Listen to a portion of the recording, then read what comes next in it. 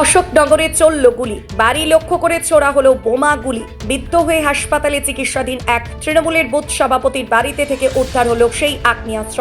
এলাকা থেকে উদ্ধার তাজা বোমা। সব মিলিয়ে রাতভর রণক্ষেত্র যেন অশোকনগরে। এলাকায় মোতায়েন করা হয়েছে বিশাল পুলিশ বাহিনী। ঘটনা অশোকনগর থানার দিঘরা মালিকবেড়িয়া গ্রাম পঞ্চায়েতের দিঘারা উত্তরপাড়া এলাকায়। স্থানীয় সূত্রে জানা যায়, মদ্যপ অবস্থায় এক ব্যক্তি অকথ্য ভাষায় গালিগালাজ এবং মহিলাদের কটূক্তি শুরু করে। এরপরে ওই মদ্যপ আনোয়ার মণ্ডলকে এলাকার যুবকরা ধরে মারধর করে ছেড়ে দেয়। কিছু সময় পরে ফের দলবল নিয়ে এসে মোশারেফ হোসেনের বাড়ির সামনের পরপর বোমাবাজি করে মদ্যপ যুবক এবং তার সঙ্গীরা বলে অভিযোগ। এমনকি গুলি ছুটতে ছুটতে এলাকা ছাড়ে দুষ্কৃতীরা। গুলির আঘাতে গুরুতর জখম হয় এক যুবক। তাকে নিয়ে যাওয়া হয় বারাসত হাসপাতালে। ঘটনাস্থলে পৌঁছায় অশোকনগর থানার বিশাল পুলিশ বাহিনী।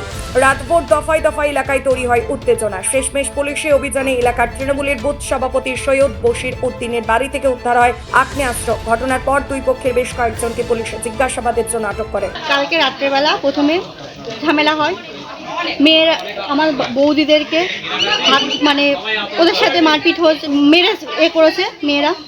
হ্যাঁ, আর তারপরে পুলিশ আসে, পুলিশ চলে যায়। পুলিশ চলে যাওয়ার পরে আবার ওরা এসে বোম মারে। কারা মারে? লালবাবুর ছেলে আর সাগর। তারপরে লালবাবু আসে। এই কিছু হয়নি, ওরা এসে গেটের সামনে সেদ্ধা নাম ও এসে আরেকটা ছেলে ছিল নাকি এটা মদ খেয়ে এসে ওরা করছে যে গালাগালি খিস্তাখিস্তি করছে, এমন এমন বাজে বাজে ভাষা দিচ্ছে, সে ভাষাটা বলা যাচ্ছে না। তা আমরা বলছি যে এরকম ভাষা দিচ্ছ কেন? আমাদের সেখানে চরচে মারতে গেছে, আমার যাকে মারতে গেছে, আমার যাকে যখন মারতে গেছে আমরা সবাই মিলে ধরে মেরেছেন। তারপরে ওরা কি করলো? তারপরে ওরা কি করলো? একটা মহিলা মানুষকে আপনি অত প্রশ্ন করেন কেন? আমি বললাম তো, এবার আমরা যখন মারতে গেছি তখন পাবলিক হয়েছে, ও মাল খেয়ে এসে আমাদের এখানকার একটা নাম কি ওনার? ওরা সবাই জামাই জামাই করেই ডাকে। হ্যাঁ, আনোয়ার না? হ্যাঁ হ্যাঁ, ওর নাম আনোয়ার। এবার ও এসে এখানে মাতলম করে গালাগালি খিস্তি করে, এর বৌজিরা থাকে, ঠিক আছে? তা গালাগালি খিস্তি করলে ওকে বলছে যে ভাই তুই চলে যা। ওকে গোটা 50 টাকা দেবো হয়েছে, আমাদের এখানে একটা ছেলে দিয়েছে যে ভাই তুই চলে যা, কোনো গালাগালি খিস্তি করিস না।